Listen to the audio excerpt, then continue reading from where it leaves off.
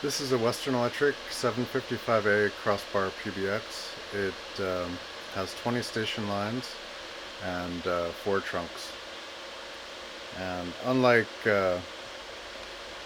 some other PBXs, this one is somewhat more like a key system in that the trunks are selected at each phone through the use of uh, keys to select each of the 4 trunks or the local intercom circuit.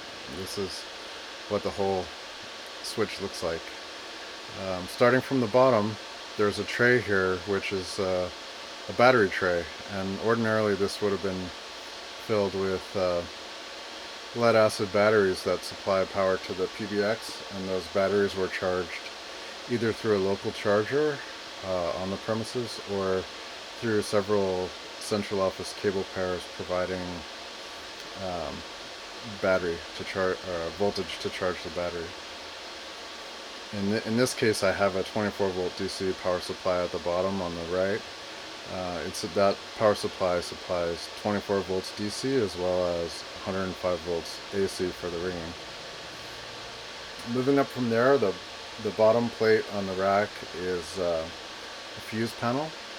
This fuse panel has a bunch of grasshopper fuses, and the grasshopper fuses are named because when the fuse blows, there's a spring that kind of pops out, and the purpose of that spring is to short a contact that will set off a fuse alarm.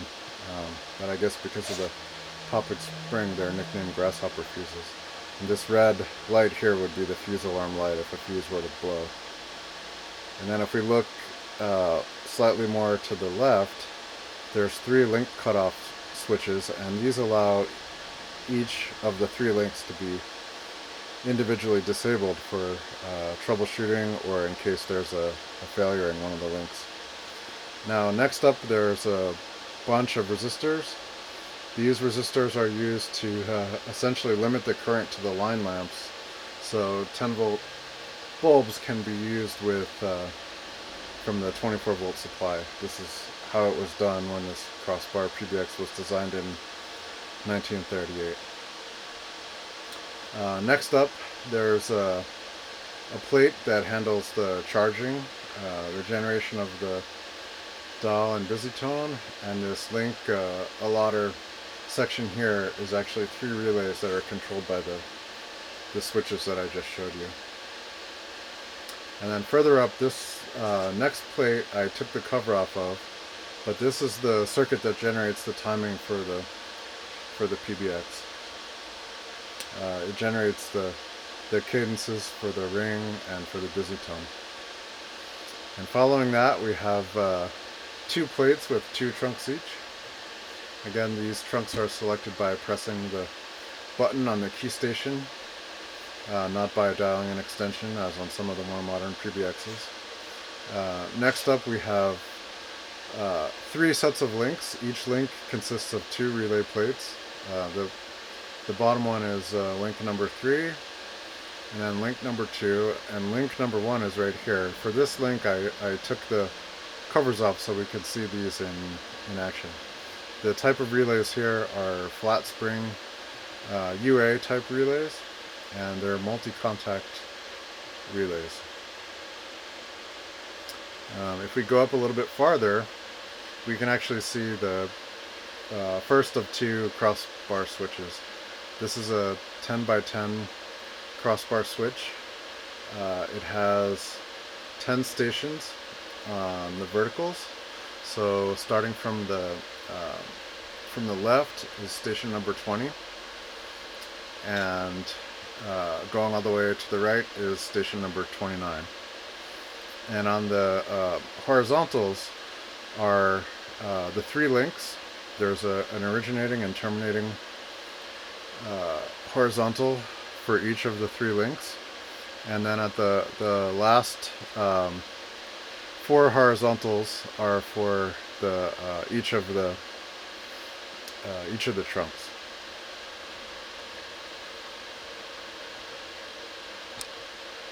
If we go up a little higher, we can see a plate of line and cutoff relays. This plate Oh, sorry. Actually, this is this is not the line and cutoffs relays. This is actually the link allotter. So the link allotter is the circuit that determines which of the 3 links to be used. And normally those links are allocated in sequence on a rotating basis, and any busy link will be skipped. The um, the link does the pulse counting, and it also does uh, things like actually selecting which cross points to use.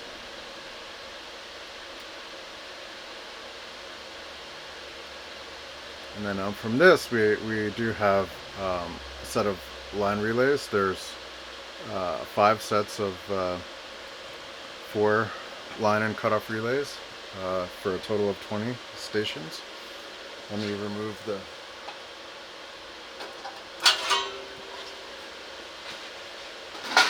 cover for the line relays so we can see those as well.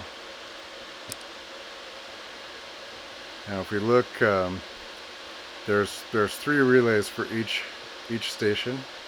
That's station number 20. And then when we get to station number 21, they are very nicely labeled what these relays are. So there's an L relay, a CO relay, and an L1 relay.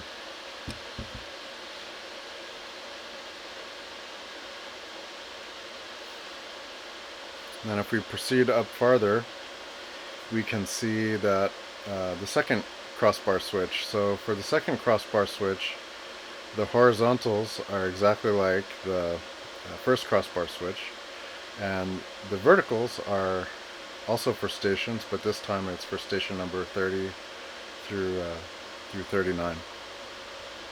So let's see this switch in action. I'll zoom out a little bit so you can get a look at some of the relays as they clunk along here. I think that should be a good spot. So I'm actually dialing through a cordless phone through another PBX to get to this PBX. So when I go off hook on my cordless phone, I get dial tone on the first PBX, and I dial an extension which essentially outpulses 2 digits to the 755A. So let's call something now.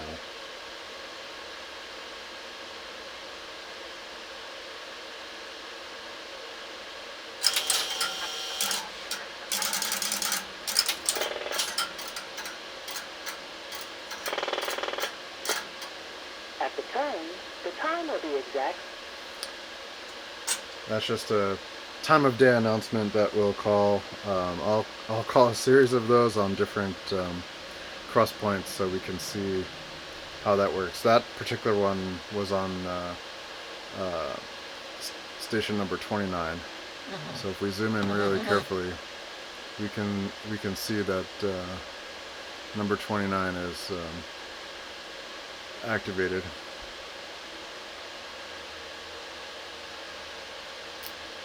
Okay, let's try to make another call, and this time we'll watch the top switch, and I will call, this time I'll call extension 30.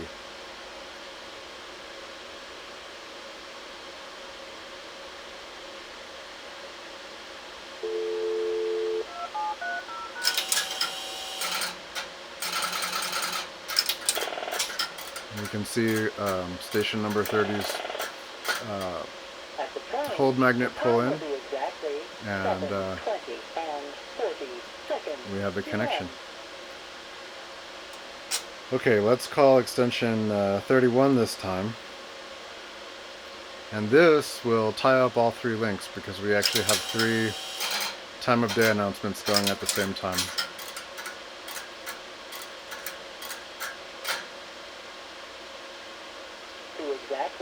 And you can hear the 3rd time of day announcement. And now I'll call extension 33, and we should hear an interesting, one of the time of days hung up, so let me call another one. I think that was on, I'll call it on 2733.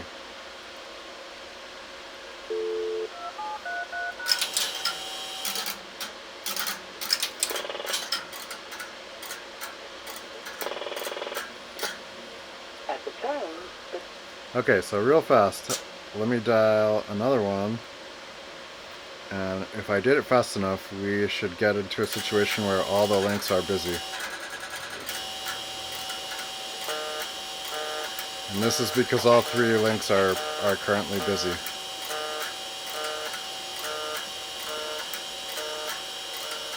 If we wait on here long enough, eventually one of those links will drop from the time of day announcements. Dial tone now because one of the links became available. So let's call another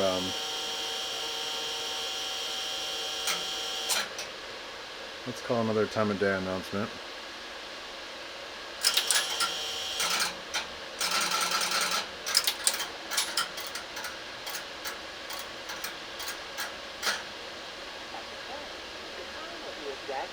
We have it connected now. Alright. And let's take a look at these relays that do the timing.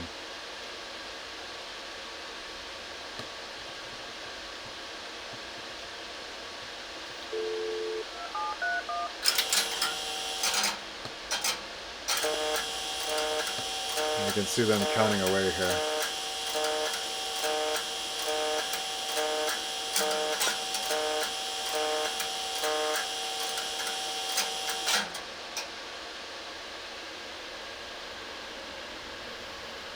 So that is the 755A PBX, introduced in 1938 as the first crossbar PBX. This particular unit was manufactured in 1956, and these were in service for many, many years. This one is still quite functional despite its age. And thanks everybody for watching. I hope you enjoyed the video about the 755A PBX.